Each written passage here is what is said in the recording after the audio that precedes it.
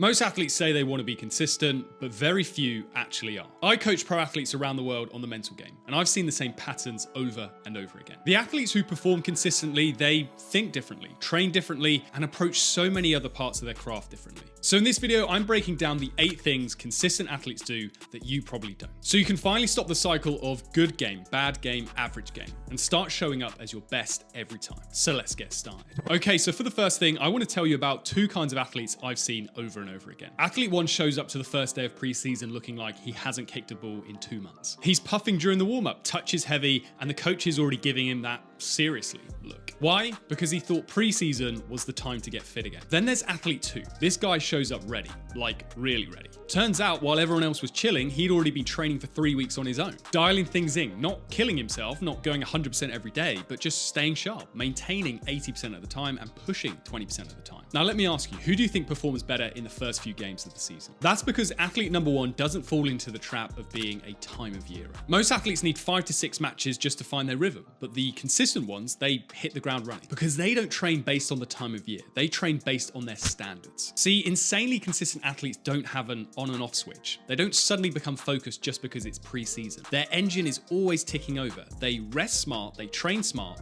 but they never go missing. And that's why they don't need a warm-up period to ease into the new season. They're insanely consistent in their effort, which leads to consistency in performance. All right, so for habit number 2, let me tell you about something I've noticed about nearly every insanely consistent athlete that I've worked with. They have to win at everything. It could be their sport, sure, but it could also be cards on the team bus, a recovery pool race, or even the family game of Monopoly. These athletes treat everything like it's a championship final. Who can do it first? Who can go furthest? Who can outwork, outthink, outcompete the rest? Now, to some people, this might sound extreme, but here's the truth. That kind of relentless competitiveness, well, it bleeds into everything. When you're wired to win every small battle, you build a mindset that refuses to accept losing in the big ones. So when they're 2-0 down with 15 minutes to go, they're not checking out. They're thinking, how do we flip this? How can I spark a comeback? They have a never say die attitude, not because they're just hopeful, but because that fight has been trained in the small things. All the mini games, the moments that most people think don't matter. But to them, everything matters. That's how they stay consistent. That's how they turn games around. And that's why when the pressure hits,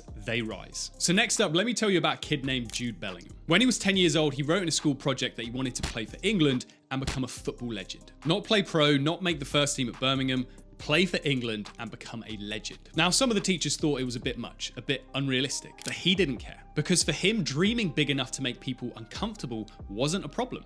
It was the standard. Fast forward a decade and he's 20 years old, wearing the number 5 shirt at Real Madrid, dominating El Clasicos, and already one of England's most important players. Coincidence?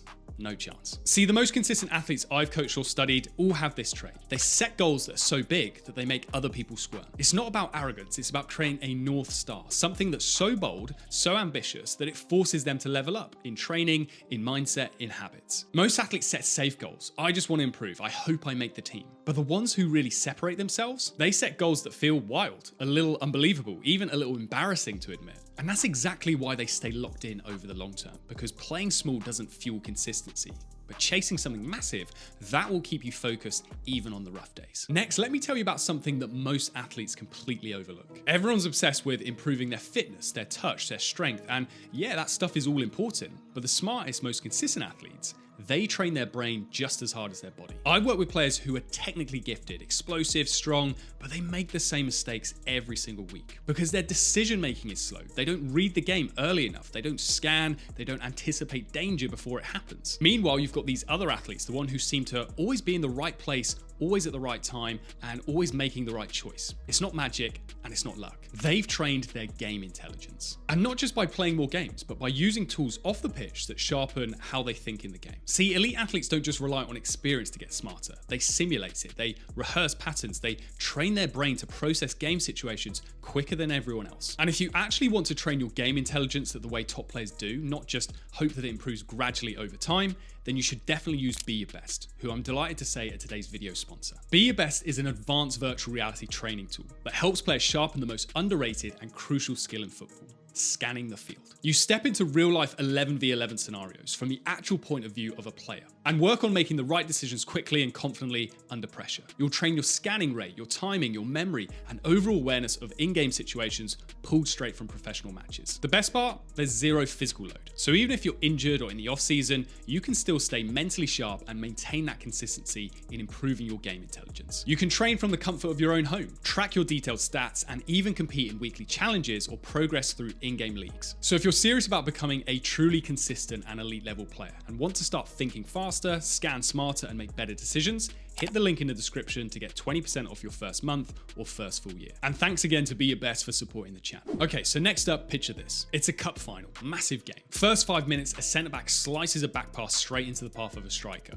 Goal. Down 1-0, nightmare start. Now, most players would start spiraling. You know the feeling. Head drops, your legs go heavy, you start hiding, trying not to mess up again. But this player, he just sprints to get the ball out of the net. No gestures, no drama, and then he plays the next 85 minutes like it never happened. Total focus, total presence. That's what separates insanely consistent athletes from everyone else. They relentlessly stay in the next play mindset. Whether it's a brutal mistake or a brilliant moment, they process it fast and move on even faster. No sulking, no celebrating for too long, no emotional roller coaster, just straight back to business. They've trained themselves to not get stuck in the past, even if that past happened 5 seconds ago. And this isn't just about being tough, it's about staying available, mentally available to do your job over and over again with total clarity. Because when you live in the past, you hesitate in the present. And when you hesitate at the top level, it's over. So ask yourself, are you performing each play like it's the only one that matters? Or are you still thinking about what already happened or what might happen next? The best don't just have short memories, they have laser focus on what's in front of them right now. That's how they stay consistent. That's how they stay dangerous. Okay, so next up, picture this. 2 skaters, same event, same challenge, both lining up to throw a massive kickflip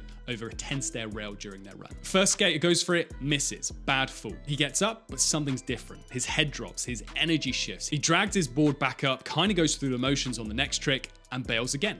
And you can see it happening in real time. One missed moment turns into 2, turns into a whole run falling apart. Now the second skater, same trick, same slam, maybe even worse honestly. But he pops back up, gives a quick nod to the crowd, maybe even cracks a grin. And then something crazy happens. He lands the next trick, then another and another. You can feel the shift, not just in him, but the whole vibe of the run. He's rolling with momentum now. He finishes strong. Didn't win the competition, but you could tell he walked away proud, because he gave himself a real shot at redemption. So what made the difference? It wasn't skill. They were evenly matched. It was this one thing, a mindset that said, that fall doesn't define me. I'm not done yet. That's the power of infectious optimism. Most people think of optimism as some sort of feel-good bonus, like it's a nice to have, but it's not essential. But in moments like these, it's everything. It's what stops a spiral before it starts. It's what keeps you engaged when it could be easier to check out. And it's what turns a potential collapse into a comeback. This kind of belief, it spreads. Teammates feel it, coaches feel it. Most importantly, you feel it. It's not fake positivity. It's not ignoring failure. It's trusting that there's still something good ahead if you keep showing up. And that's what elite performers do. They just have this deep-rooted belief that things will work out, that things will get better. It's what protects them from all the setbacks, the failures, and the obstacles that elite sport throws their way. All right, let me now tell you something that I've seen play out in elite sport time and time again. There's a golfer I did some work with a while back. He's got everything, the mechanics, mindset, work ethic, all there, but something felt off. Results weren't matching the effort. When we dug deep into it, you know what came up? Every time he hit a rough patch, his coach went quiet, gave the same generic feedback, kind of just nodded through sessions, no passion, no fire, and eventually the athlete started wondering,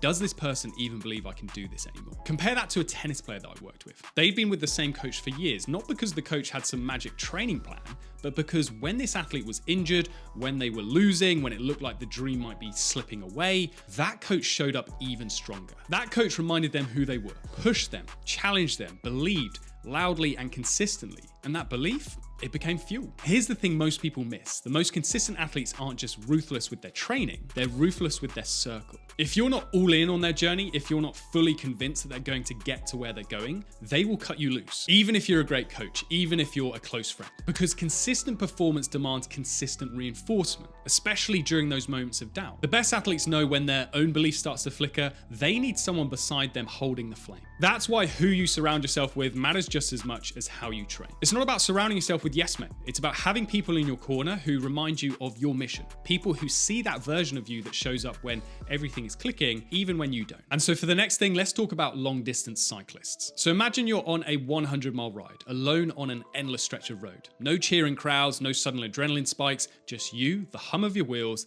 and the miles and miles of flat asphalt ahead. You've not even got headphones in to pass the time with music or a podcast. Just you and the bike for hours. Sometimes it's sunny, sometimes it's pouring rain. The scenery barely changes, it's just boring. Most people would call it torture. The mind starts wandering, doubt creeps in. How much further is this? Why am I even doing this? I'm tired, maybe I should quit. That's exactly where most riders crack. But the ones who keep crushing these rides, they've mastered the art of tactical boredom. They don't fight the monotony, they embrace it. They know that this boredom is actually a chance to build mental toughness, patience, and focus. Instead of fighting the endless repetition, they use it to zone in on their breathing, their cadence, and their pacing. They turn the boring hours into a kind of moving meditation, mentally preparing themselves for every pain point, every climb, every headwind. Because when race day or a brutal training ride comes, it's not the steep hills or the wind that breaks them, it's losing their focus in those long, uneventful stretches. By deliberately seeking out and embracing boredom during training, they train their mind to stay locked in, steady, and unshakable when it matters most. It's uncomfortable, it's lonely, and it's the exact opposite of the instant gratification that most athletes want. But that tactical boredom is what lets them push through when everyone else is fading. Being consistent is actually boring because it just means doing the same thing day in, day out for thousands of hours of your life. Now, there are rare, exciting moments in training and performance, things like scoring or crossing the finish line, but most of the time it's just doing these same monotonous routines